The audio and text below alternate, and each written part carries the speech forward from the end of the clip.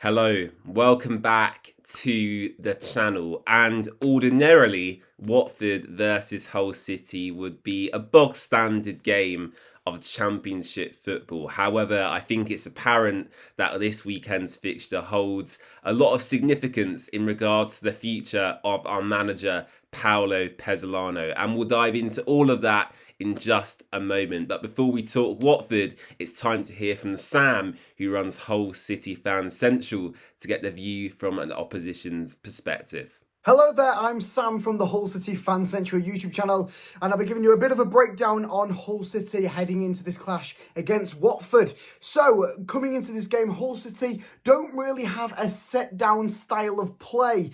Under Sergei Vicarage, the Hull City manager, everything is pretty much fluid, and depending on what the opposition provides this game. We've seen Hull City have little possession this season, we've seen them have quite a lot of possession this season. What will be a constant will be trying to get attacking football flowing. There may be a little bit of errors in the defensive lineup. We may see some lackadaisical stuff happen back there, but the defence is shoring up as the games are progressing, and hopefully everything will be lined up good for Hull City. Formation-wise, it will most likely be the 4-2-3-1 that Hull City have played pretty much the entire season.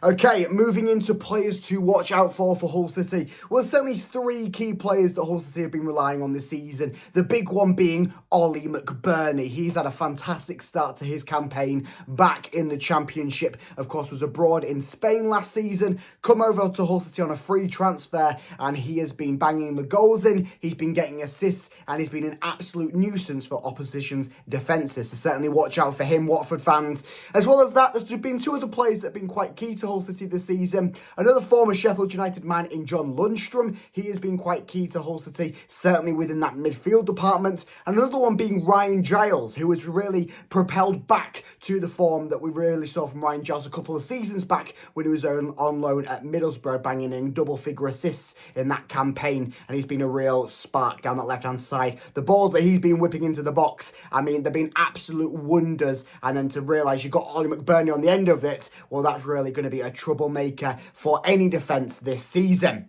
So, Watford haven't been doing the best, though, this season, have they? 1 win, 2 draws, and 3 losses to start their campaign. The real telling story has been through the attack. There has been the shots, there has been the chances, but there hasn't been the real finishing touch, the chance to put them in the back of the net, which I think's been the biggest deciding factor on why Watford have started the season so poorly.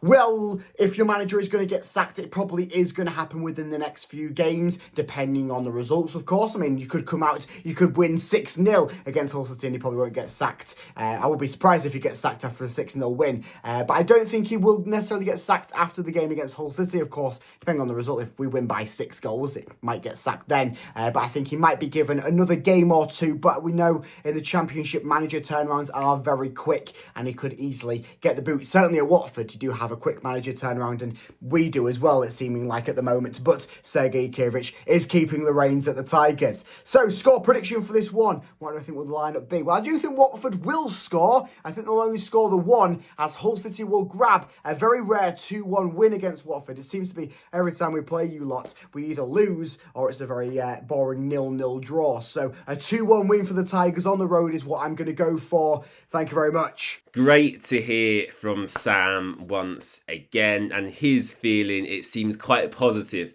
about Hull City's fortunes this weekend, potentially even going for a 6-0 win, which was certainly still the fate of Paulo Pezzolano. Look, I think for me, firstly, before I speak on Paulo, we'll dive into what I believe to be our best team we can put out. Now, I'm of course unsure at the time of recording around our injury situation, especially in that right back position against Millwall. Both Jeremy Ngakia and Jeremy Petrie were out injured, which did mean we had to play a centre back in that role, which was quite unnatural. And I felt sorry actually for Moza Mendy, who was making his Watford debut in that position. Clearly, he is an out-and-out centre-back and, yeah, wasn't that great in the right wing-back position, but I'm not going to go too hard on him for that. It was his first Watford appearance. I think for me, a change of shape is needed. Now, Paulo, when players are out injured or suspended, needs to adapt, and ultimately football is very simple. For me, my big frustration with Paulo is just play your best players in their best positions and change the formation accordingly to suit them. And maybe that's a basic way of looking at it, but he's not really done that so far in his Watford career. So for me, I would go with Nathan Baxter in goal with the concussion Egil Selvik suffered against Millwall. Usually, I believe, do correct me if I'm wrong, but I think goalkeepers or any players that suffer concussions have to have about 7 days away from any contact training, really. So I wouldn't expect Egil Selvik to start in this game or even feature on the bench. So Nathan Baxter would be in goal. I would switch to a back four, and if the right backs are still out injured, I would probably play James Abankwah at right back, Kevin Caben for Mendy, and Caleb Wiley at left back. The midfield three would be Imran Louza, Papa Mendy, and Hector Cipriano. I thought Papa Mendy actually had a pretty decent game against Millwall. He looks really energetic, finding little pockets of space. He looked like a real bright spark actually for me. So I'm happy if Papa Mendy starts once again. And clearly the front three we are all desperate to see. Paulo, please, is Kwadwo Bar, Nestri Irankunda, and Luka Kiramgard. Please, Paulo, please play that front three. Whatever you do, even if you play Kayembe and Sissoko, Bar, Irankunda, and Kiramgard should be must starts if they are fit. So that would be generally the team I would play. Of course, that depends on injuries that may have happened during the week that I'm not informed about yet. But I think a change of system is required, whether it's a 4-3-3 or a 4-2-3-1. I think Watford have to switch to a back four. I think that suits our players the best as it stands. So yeah, an interesting scenario to have. And actually, now moving on to Paulo's future, I think even if he draws this game, potentially, the writing's probably already on the wall. Knowing what Gino is like and how he's operated in the past, they tend to already be looking at potential replacements. And it's an interesting one. I'm in a bit of a catch-22 situation with my thoughts and feelings on this, because for the first time in a long time, I do actually agree with the decision to sack Paulo Pezzolano if he lost this weekend in any capacity. However, once again, the buck ultimately has to fall on Gino Pozzo. Of course, I can praise Gino, Juan Luca and Valon Barami for the transfer window. I thought generally, bar one or two players, the transfer window was pretty successful for Watford actually. Of course, we can judge that further on into the season when all our new players have played more appearances.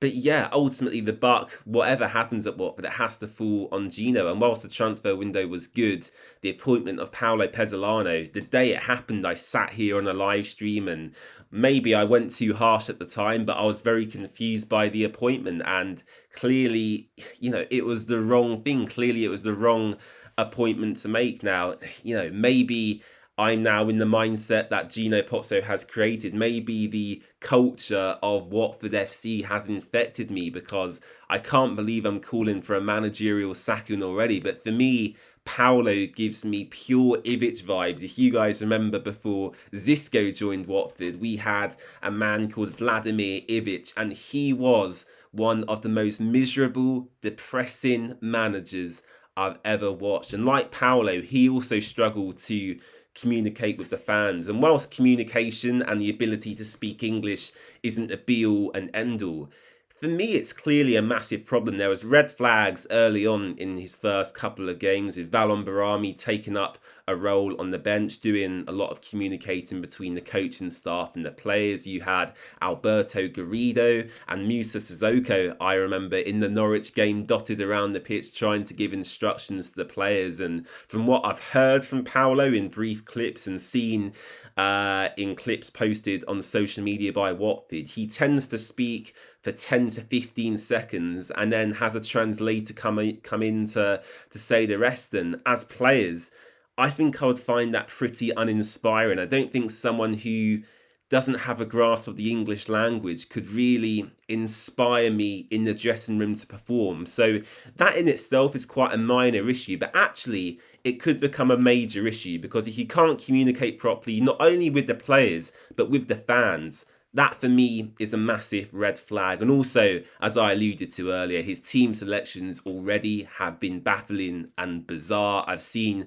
a few weak rumours on social media suggesting that a couple of players are training alone. Apparently, they've had some sort of bust up with Paulo. Now, I've got no idea if that's true. The accounts I've seen post that aren't necessarily what you would call reliable. But yeah, a few rumours like that, when they start to emerge, slowly but surely, the wheels start to fall off the wagon. So yeah, I think for me, I'm concerned.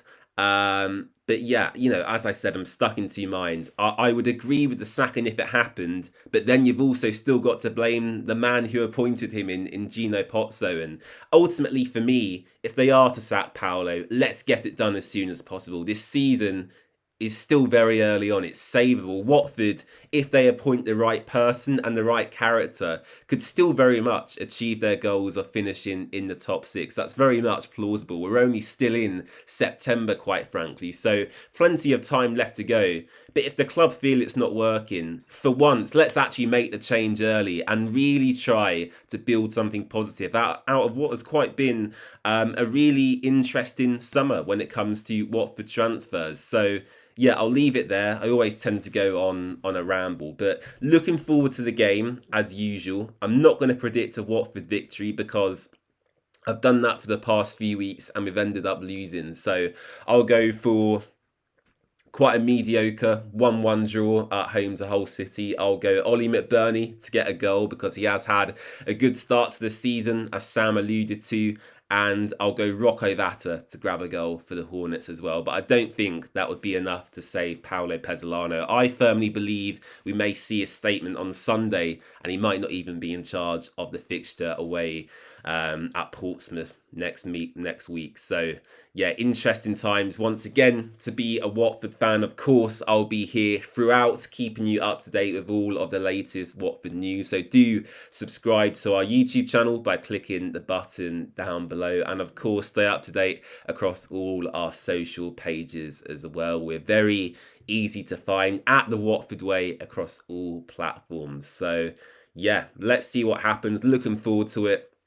It's always a roller coaster being a Watford fan, isn't it? But you have to laugh, otherwise we'll end up crying every week, which yeah, isn't good. All right, thank you so much for watching, and I'll see you again very soon. Bye bye.